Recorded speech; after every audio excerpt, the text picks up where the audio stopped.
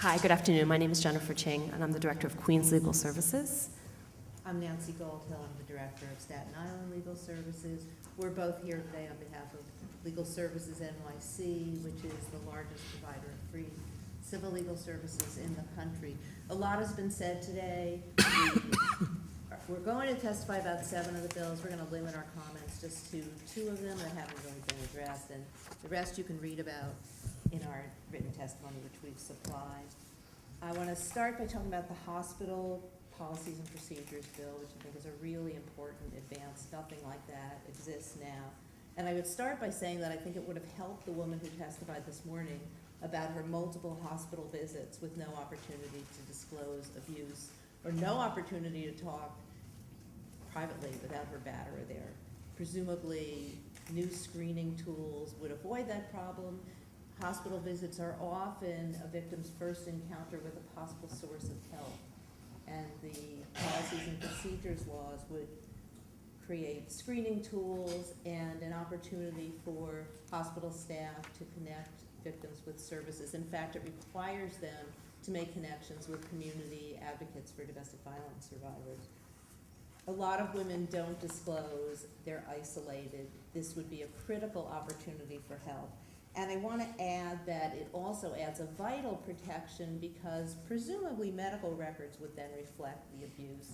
Medical records can be a vital source of proof of violence. When women go to court to get orders of protection, often there's conflicting testimony, he said, she said.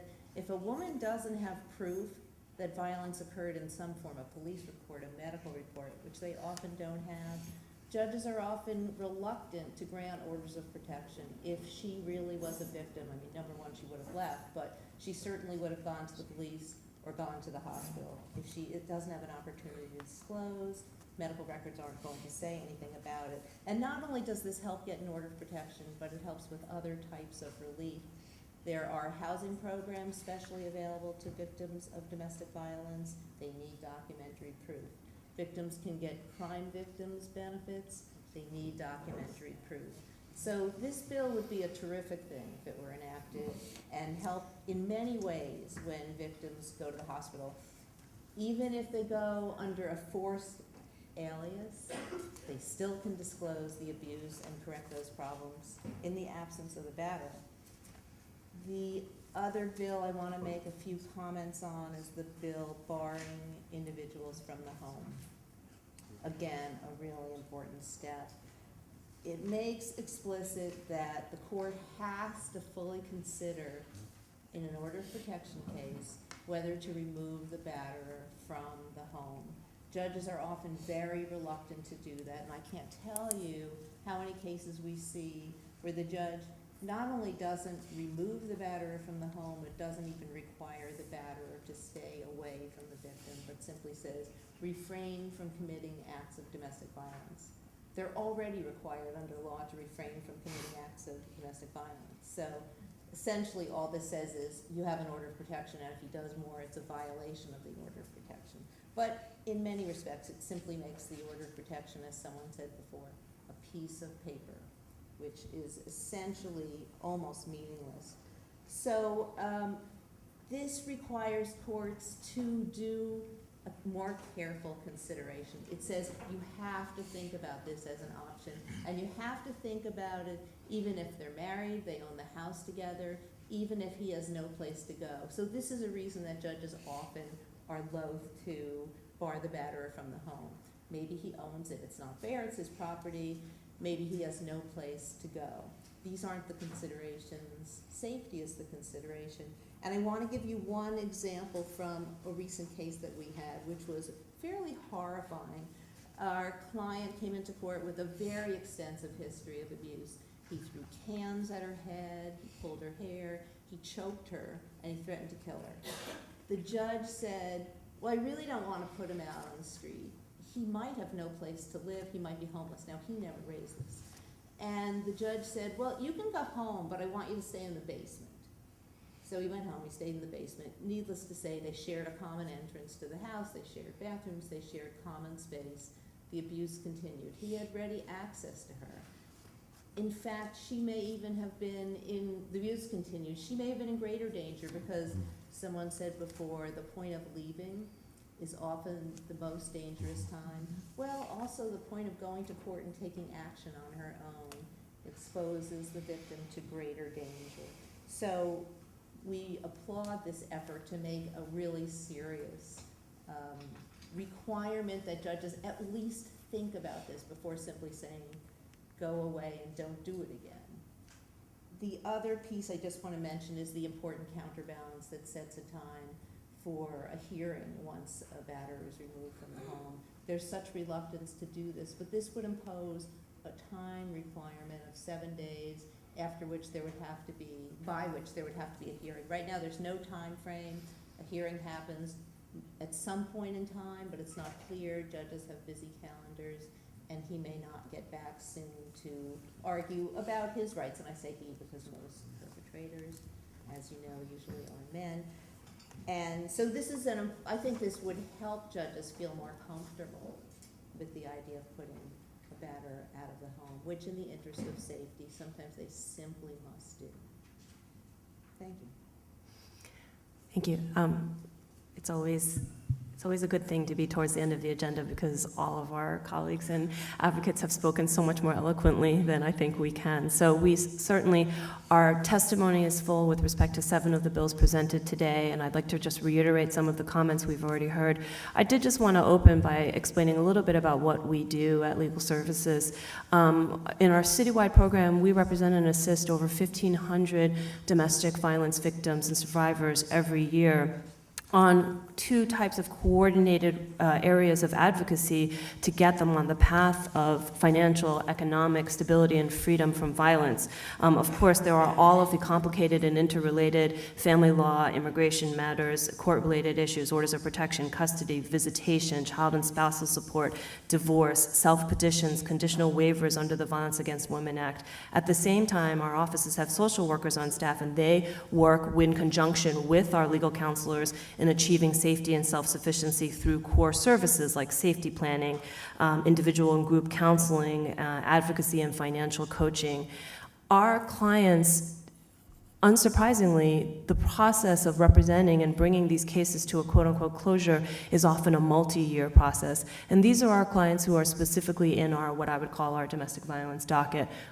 Without a doubt, for both Nancy's and my offices, the majority of our clients are women, the majority of our clients are women of color, and the majority, even if they come to us on an attendant housing issue or disability issue, likely suffer from and have some form of domestic violence in their history, as many of the speakers have spoken to. So this is an issue that is always at the forefront of all of the work that we do.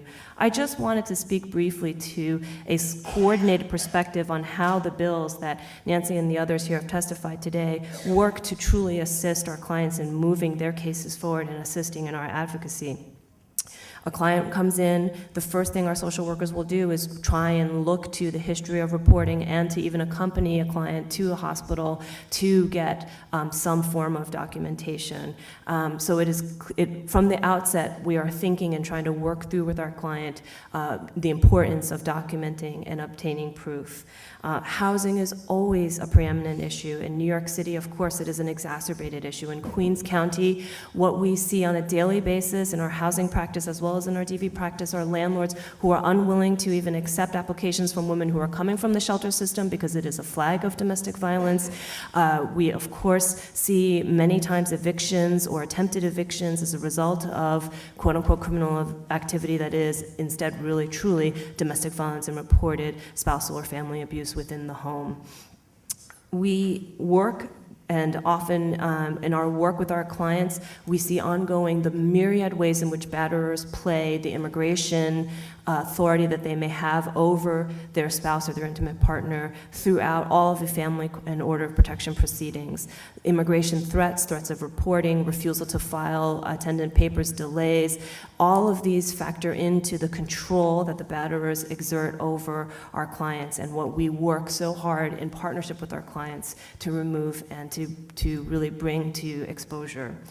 Of course, the issues with respect to barring an individual from home, suspension and revocation of firearms licenses, all of these are related to the immediate and imminent safety issues that we see on a daily basis. Even when there is no imminent risk, so to speak, but there is a history of spousal and abuse, which is, as I said, probably in 8 out of 10 of our clients have some history. What we see is, of course, repeated and immediate issues that arise the minute financial stresses come into play, the minute our clients attempt to exercise some form of their legal rights, and violence is always just one day away. I certainly don't mean to reiterate all of the statistics and the legal principles that our colleagues have shared. I just wanted to share with you how much, as a coordinated package in some sense, these bills really could assist our advocacy communities and the clients and the communities we serve to have greater flexibility and greater flexibility in housing options, greater flexibility in legal options, and certainly to sustain and protect their rights. I just wanted to close on a personal note.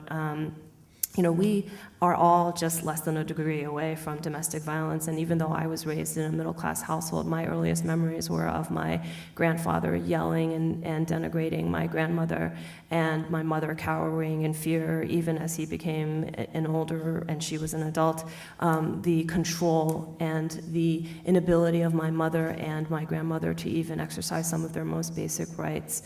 I wish that I grew up in a time where they would have felt more comfortable to report what they suffered, but they didn't, and we have come an extremely long way from those years, and it's terrible to see things in a backtrack at our House with the reauthorization of VAWA, which is why, of course, we also support the New York stopgap measures proposed by Senator Stavisky and Assemblymember Meng with respect to the confidentiality of immigration status. But the truth of the matter is that none of this hit home closer to me than after my grandfather passed and I was asked to clear out his belongings, and I found then unregistered guns all over his home. And I realized then the fear that my grandmother had lived in for decades, and I realized at that time that the choices that our clients, that our families have are so limited, and every step forward that we can take, every step that we can move together as a community to expose and to really prevent further abuse is incredibly important. So thank you.